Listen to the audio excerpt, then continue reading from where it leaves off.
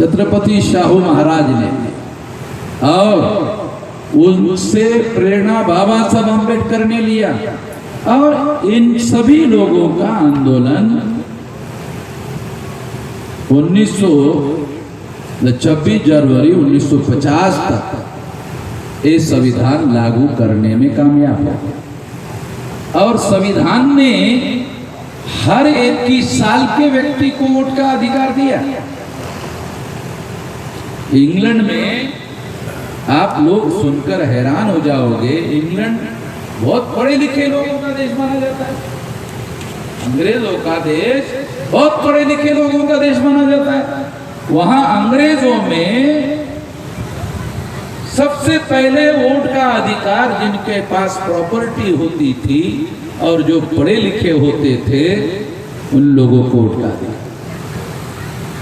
और महिलाओं को इंग्लैंड में जैसे पढ़े लिखे देश में वोट का अधिकार नहीं था।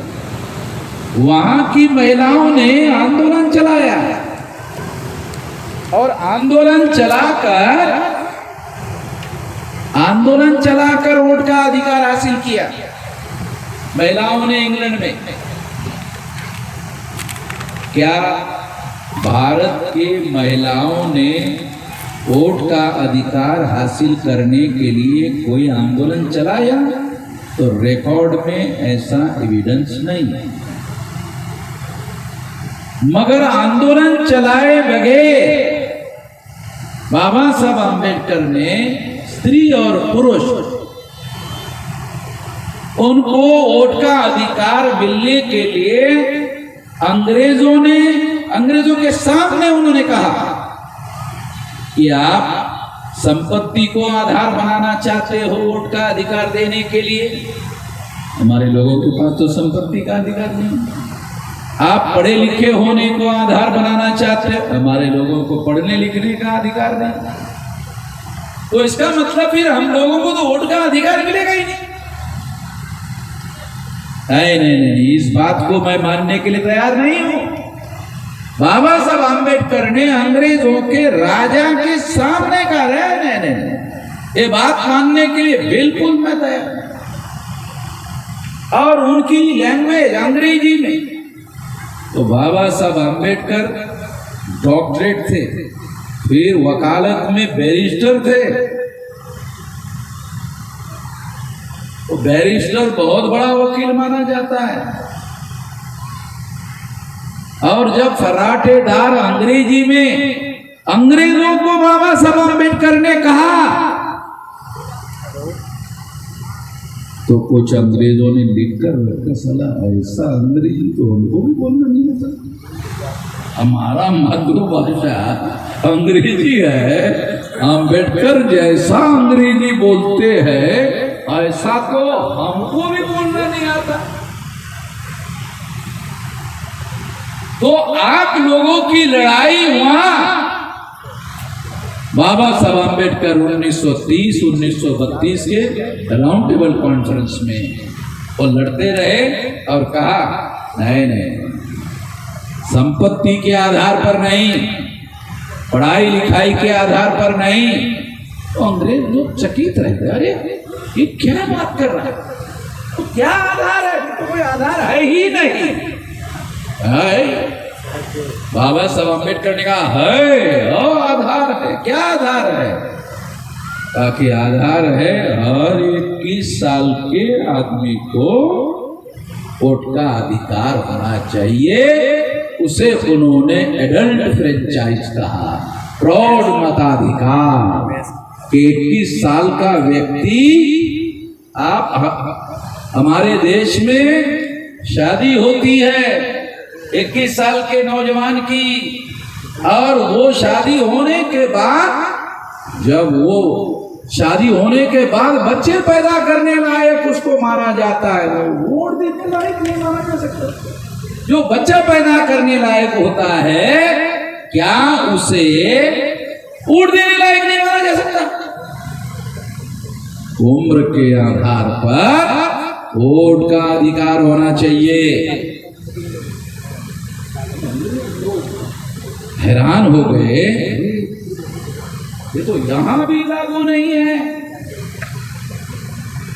बाद में बाबा साहब आम्बेडकर का कहना अंग्रेजों ने अपने देश में लागू किया और 26 जनवरी 1950 को बाबा साहब आम्बेडकर ने सारे देश के लोगों को ये लागू कर दिया। अभी भी हमारे लोगों को इस अधिकार के बारे में सही तरीके की जानकारी नहीं है कि वोट का अधिकार केवल वोट का अधिकार नहीं है, ये शासक वर्ग को चुनने का और शासक बनने का अधिकार है। आपको वोट का अधिकार नहीं है तो आप पंच नहीं बन सकते, सरपंच नहीं बन सकते, एमएलए नहीं बन सकते, आप मंत्री नहीं बन सकते, आप मुख्यमंत्री नहीं बन सकते, आप प्रधानमंत्री नहीं बन सकते। वोट का अधिकार है तो सब कुछ बन सकते। आज भी हमारे लोगों को वोट के अधिकार का मूल्य समझ में नहीं आया। देश के ब्राह्मणों ने वोट के बारे में क्या लिखते हिंदी में? मतदान।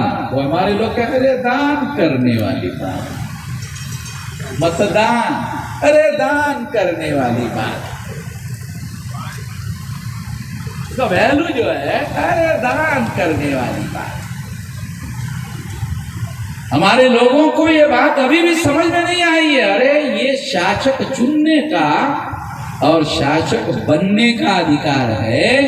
84 तक हमारे लोग इसको शासक चुनने के अधिकार के तौर पर उपयोग और प्रयोग करते रहे। 84 को क्या हुआ? ये बड़ा बदलाव आया। काशीराम जी ने बहुजन समाज पार्टी बनाई और कहा अब हम बनाएंगे नहीं, बनेंगे। अब बनाएंगे नहीं, अब बनेंगे। और मायावती को 4 बार उत्तर प्रदेश का मुख्यमंत्री बनवाया। शासक अब बनेंगे, बनवाएंगे नहीं, बनेंगे। और जब तक जीवित रहे काशीराम जी तब तक अखबार वाले उनको प्रधानमंत्री पद का कैंडिडेट मानते रहे। पता नहीं आप लोग अखबार ठीक से पढ़ते हो कि नहीं पढ़ते कि कौन कौन आदमी प्रधानमंत्री बन सकता है। तो उसकी लिस्ट आती थी, उसमें काशीराम जी का नाम जरूर होता था। ये भी नंबर में है। तो इसका मतलब है कि बहुजन समाज पार्टी इस मकसद के लिए उन्होंने बनाई और ऐसा हालात देश में पैदा किया। आज आप लोगों को खुशी की बात है, 18 साल कुछ महीने की मेरी उम्र थी, अभी 67 चल रहा है। 625 जिलों में 32 राज्यों के 625 जिलों में हमने संगठन बनाया। इतना बड़ा, पूरी जिंदगी लगा दिया, इतना बड़ा विशाल संगठन बनाया। और ये विशाल संगठन की ही ताकत थी आरएसएस के हेडक्वार्टर को घेरने के लिए सारे देश भर के लोगों को लेकर गया। आज तक कोई ऐसा दिमाग में सोचा भी नहीं पाया, विचार भी नहीं कर पाया। आरएसएस के हेडक्वार्टर को वहां नागपुर में जाकर घेरने के लिए लेके गए। तब से आरएसएस वाले डरने लगे। नरेंद्र मोदी आरएसएस से डरता है। आरएसएस हुआ मन इस्लाम से डरता है। मोदी का नंबर बाद में। मोदी आरएसएस से डरता है और आरएसएस वामन मेश्राम से डरता है। जब हम वहां विशाल मोर्चा लेकर गए तो आरएसएस में मंथन हुआ, चर्चा हुई, कहा कि नागपुर वामन मेश्राम का है, ये कभी भी घेर लेंगे, ये हमारा आरएसएस का हेडक्वार्टर खतरे में पड़ गया है। अब अपना हेडक्वार्टर अयोध्या में बनाना होगा, नागपुर खतरे से खाली नहीं है।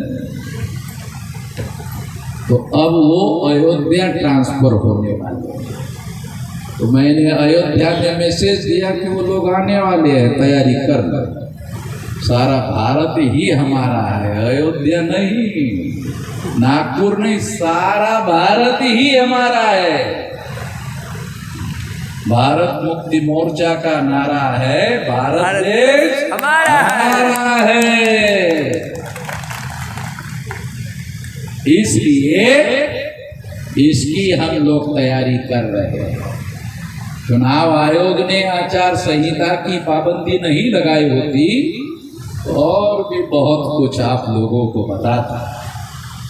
अभी आचार संहिता लागू होने की वजह से और हम कानून और संविधान को मानने वाले होने की वजह से मैं 5 बजने को अभी 5 मिनट बाकी है, ताकि चुनाव आयोग के अधिकारियों को तो मौका ही देख वामन मेश्राम को सलग कहाँ पकड़े, पकड़ में नहीं आता है। तो इसलिए मैं 5 मिनट पहले ही अपनी बात ये कह के समाप्त करता हूँ कि सारे देश भर में हमें तैयारी करनी है। केवल चुनाव ही अवसर नहीं है, 365 दिन हम लोग डेली मैदानी जंग में ही रहते हैं। ये जंग हम लोग लड़ रहे हैं और जीतने के लिए लड़ रहे हैं। धन्यवाद।